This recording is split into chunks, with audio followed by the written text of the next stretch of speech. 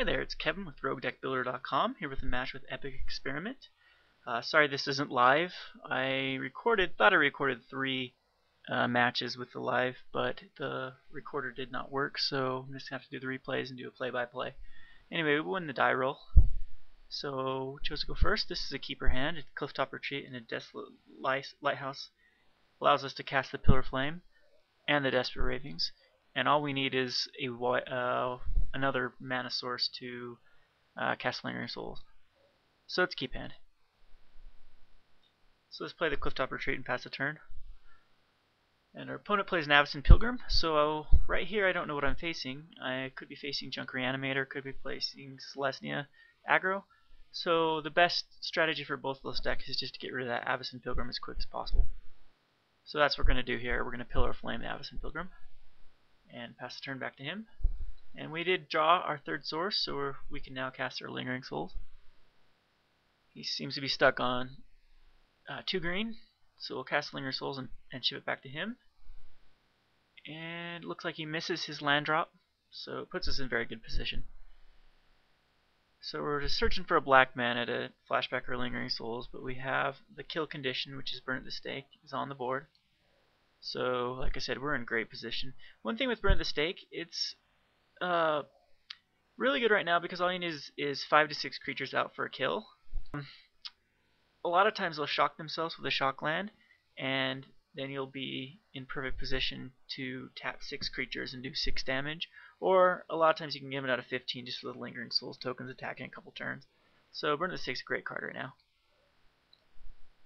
He plays a Lockstone Smiter, which is kind of bad for us, but we're able to Desperate Looting into a Goblin Electromancer, which now we can race him.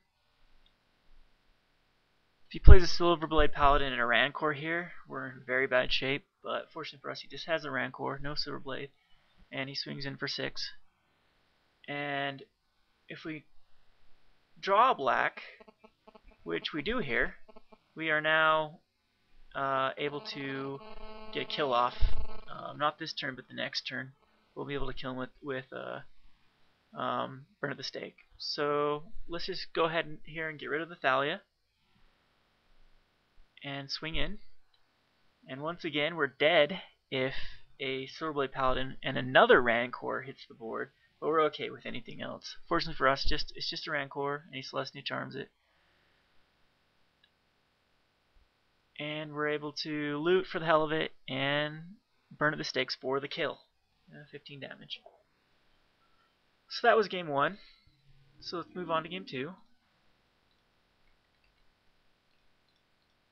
So this hand right here is not a keep because we have 2 Dreadbore and no way to cast it.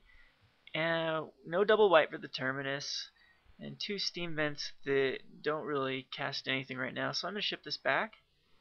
And this hand's a lot better. We can cast everything with the Drowned Catacomb and Sulphur Falls. He starts out with a very aggro, start with Arbor Elf, and I make a really noob player mistake here and play the Drowned Catacomb instead of Sulphur Falls. You'll see in a minute why that was extremely bad. So he's able to play Strangler Geist here, swing in for 2. And I'd have an answer for the Strangler Geist next turn, while top decking this Pillar Flame, but I played my lands wrong, so this is going to cost me dearly.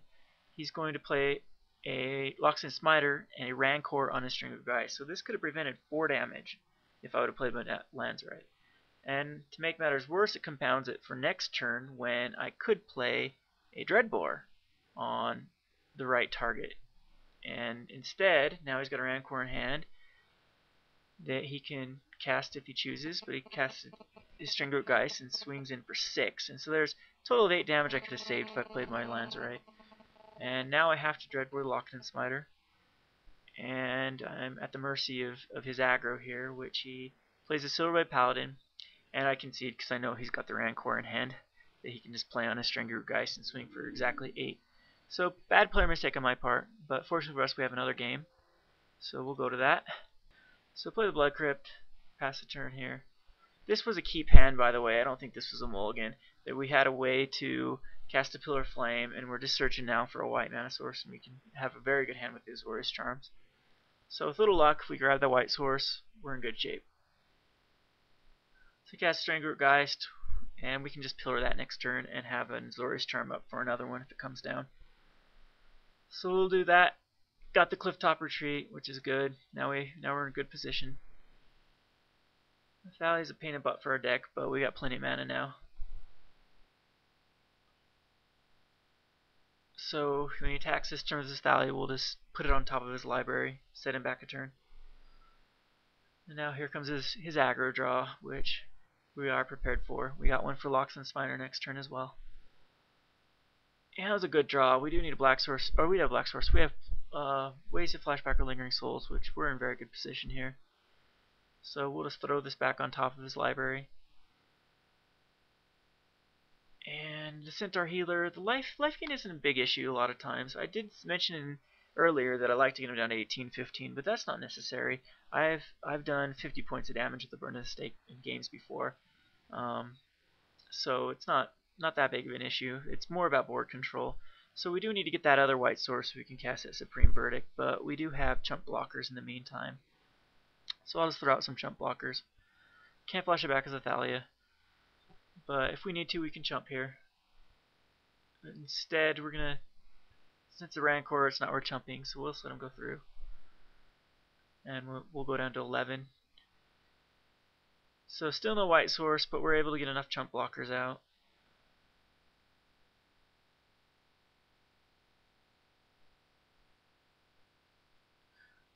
So once again, we'll just block 2 of them, absorb as much damage as possible, take 6 from the Centaur Healer, and we draw a Miracle off the top, Terminus. So that helps us out. That saves us from a game loss here. White source would have worked as well. So yes, we were a little bit lucky, but we are still in pretty good position, good odds. So cast the Linger Souls, flash it back. We're good position. Fortunately for us, he had another Thalia in hand and a Loxodon Spider. We know the other cards are Rancor, but we are able to get that second white source. So we'll just chump block everything here and have a Supreme Verdict up for next round. This, I think, is a player mistake on his part. He cast a Strangler Geist. I don't think it was necessary. I think he should have held it back for exactly what's going to happen next turn, which is his board wipe. He swings in right now at his chump block. Take a few damage from the Loxodon Spider, but all in all, now his board is completely wiped next turn. So we will Supreme Verdict here. And the Dreadbore's a great draw, because now we can handle anything else he puts out. So we're in top deck mode. He's in top deck mode. We have better outs with the ability to dig with Desperate Ravings and kill whatever he puts out. So I know he's got 1 card in hand and a Rancor. So we'll just start wheedling him down in life with our spirits. Plays an Absent Pilgrim. It is a threat with the Rancor, so we got to get rid of it. So we will. And we'll leave the Blood Crypt back for Desperate Ravings. Increase our chances of having a useful card. Dryad Militant, we need to find an answer for her. With Desperate Ravings, and luckily for us, we get a Dreadbore. So we'll kill off the Dryad Militant and continue our assault with the spirits. And we got a Forbidden Alchemy and a Desperate Ravings at the end of the next turn, which is good for us. So we will Forbidden Alchemy here, find a Chandra, and won't Desperate Raving because I don't want to lose a Chandra. We'll play a Chandra here, and I'll hold back the -2 ability for next turn, so we'll just ping him. And next turn we'll -2, copying Goblin Rally, and have 8 toughness to chump if we need to, and put him on a fast clock if he doesn't have a creature. Now right here we are a little bit vulnerable to Strangler Geist, Rancor, Silverblade, Paladin, if that's the case, but 2 of his Strangler Geists are already dead, and also an end of turn Charm, Selesnya Charm, could be problematic for us. But now that we have this much toughness on board, I don't see it an issue. So we're in very good control of this game. Swing in there for 2, plays a Pilgrim, and we'll Desperate Ravings here. Those are perfect cards for us to draw. We draw Lingering Souls and a Rakdos Key Rune. I don't know if this is the right move here to ping his guy pre-combat. I probably should have waited post-combat to do it, but now he can't block. So we'll swing in there. We'll hold 5 toughness back in case of a Silverblade Paladin Rancor, and cast a Rakdos Key Rune and a Lingering Souls for added um,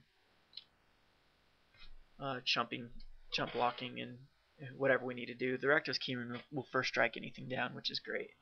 So basically, he's got to draw an answer here. He loses. Selesyna doesn't really have answers late game, and that's the case. We're just going to swing in there for the win.